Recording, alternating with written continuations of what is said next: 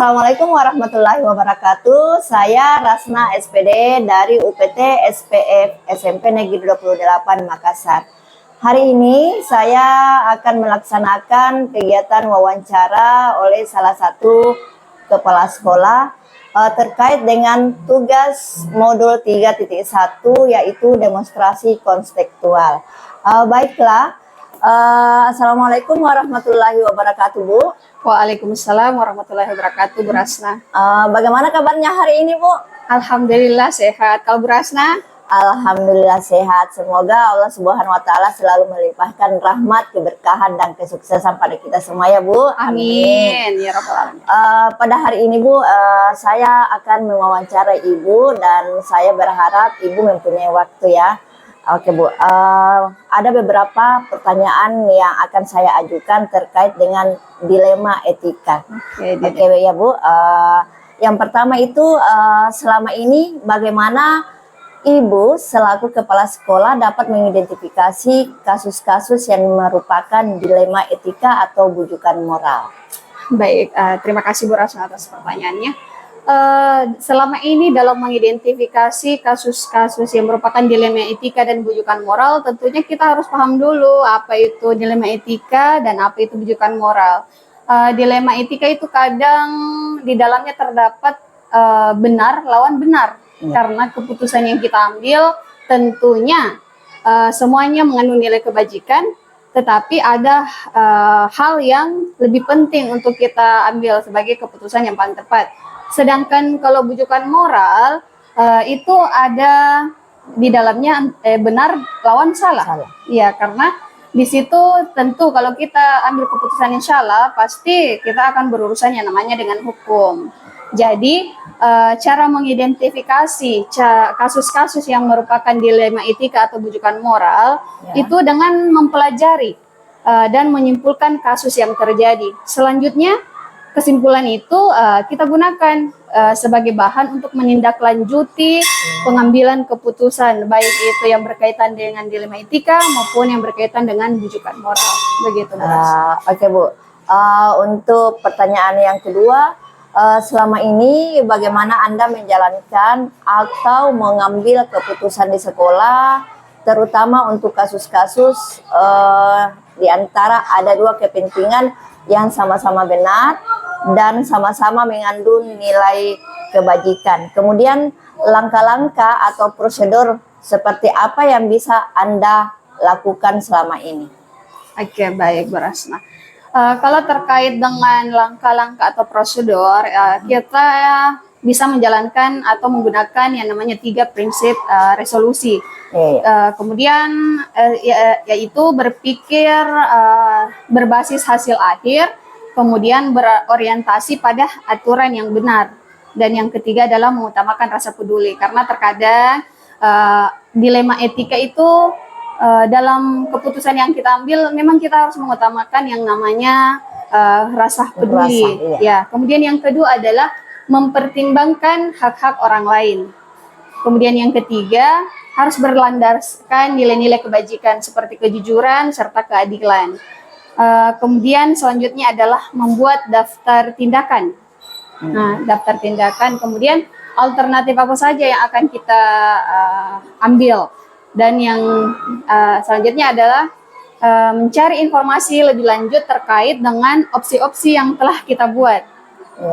Selanjutnya kita merujuk pada kode etik yang relevan. Dan yang terakhir adalah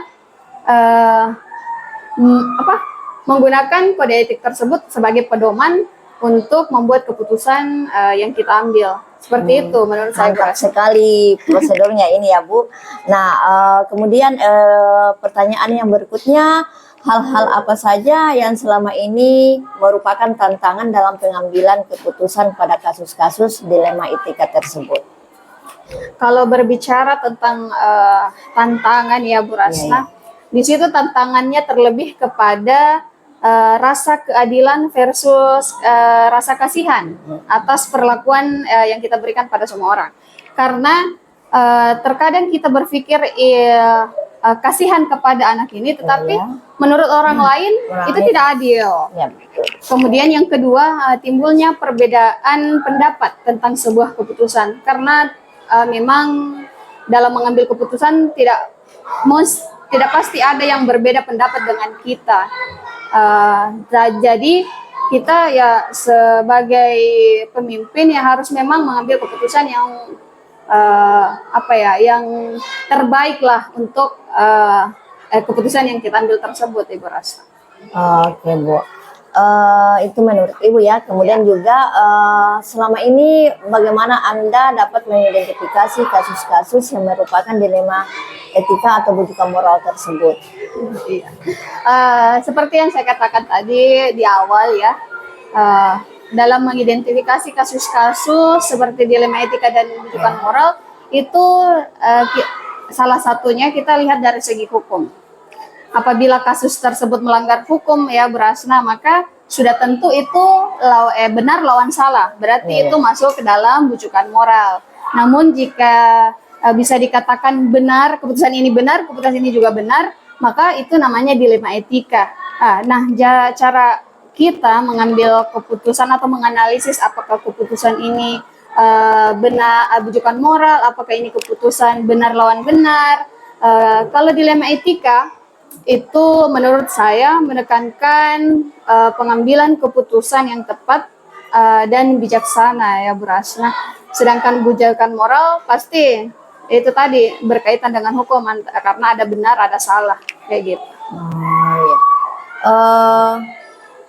Selama ini bagaimana Anda menjalankan keputusan di sekolah, terutama untuk kasus-kasus di mana ada dua kepentingan sama-sama benar dan sama-sama mengandung nilai kebajikan?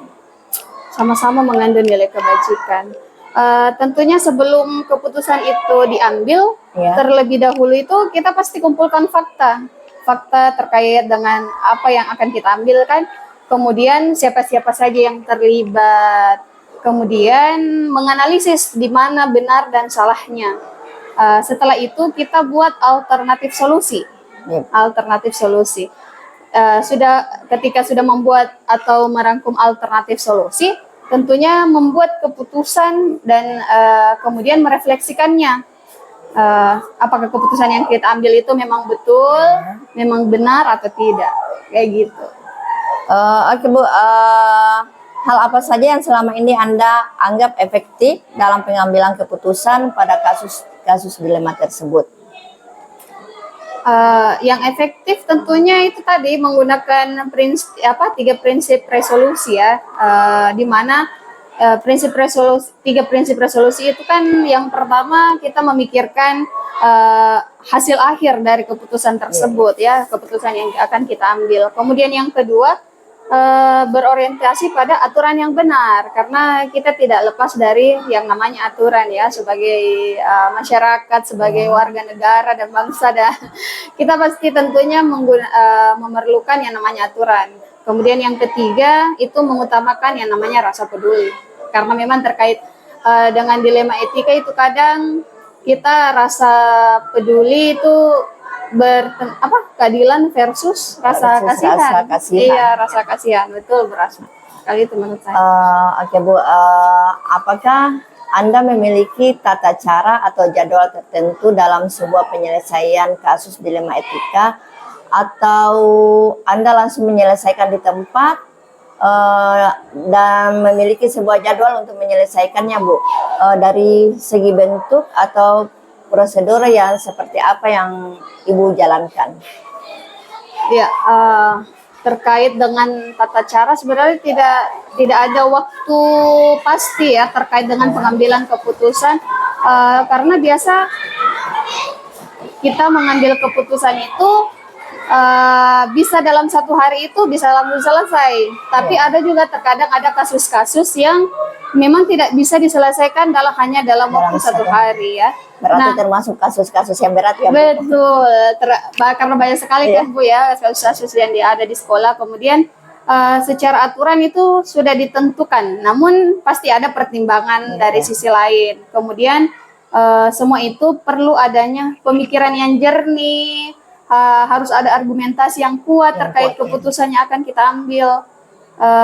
Kalau memang sudah argumen yang kita ambil itu sudah bagus, sudah kuat, sudah mempertimbangkan segala sesuatunya, nah kita bisa menyelesaikan di tempat itu juga.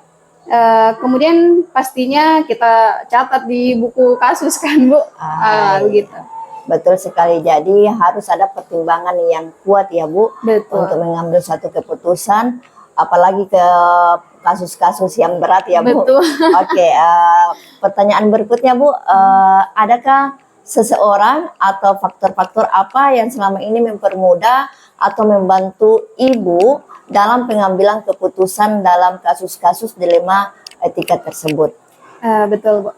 Yang membantu pastinya Dewan Guru. Karena kita tidak lepas dari para guru yang ada di sekolah, karena kita tidak bisa mengambil keputusan kalau hanya sendiri. Kita juga memerlukan masukan dari para guru, kemudian kita juga memerlukan pendapat dari wali murid, ya. Kemudian pastinya para wakil kepala sekolah dan juga guru-guru yang sering mengalami yang namanya dilema etika. Betul sekali. Berarti faktor-faktor atau orang-orang yang akan membantu itu adalah terutama guru, yang paling dominan sekali adalah guru ya, kemudian wali kelas, kemudian wali murid ya Bu, terkait pasti itu ya, harus ada itu ya. Kemudian terkait juga dengan muridnya. Nah, dari semua hal yang telah Ibu sampaikan, pembelajaran apa yang dapat dipetik dari pengalaman Anda ketika mengambil keputusan dilema etika tersebut? Baik, dari semua hal yang telah disampaikan, tentu pembelajaran yang bisa kita ambil itu adalah mempertimbangkan dengan sebaik-baiknya, baik dari segala sisi pokoknya Bu Rasna. Sehingga kita betul-betul merasa yakin bahwa keputusan yang kita ambil ini adalah keputusan yang benar atau keputusan yang tepat. Kemudian yang kedua adalah tentunya menambah ilmu dan wawasan dalam pengambilan keputusan.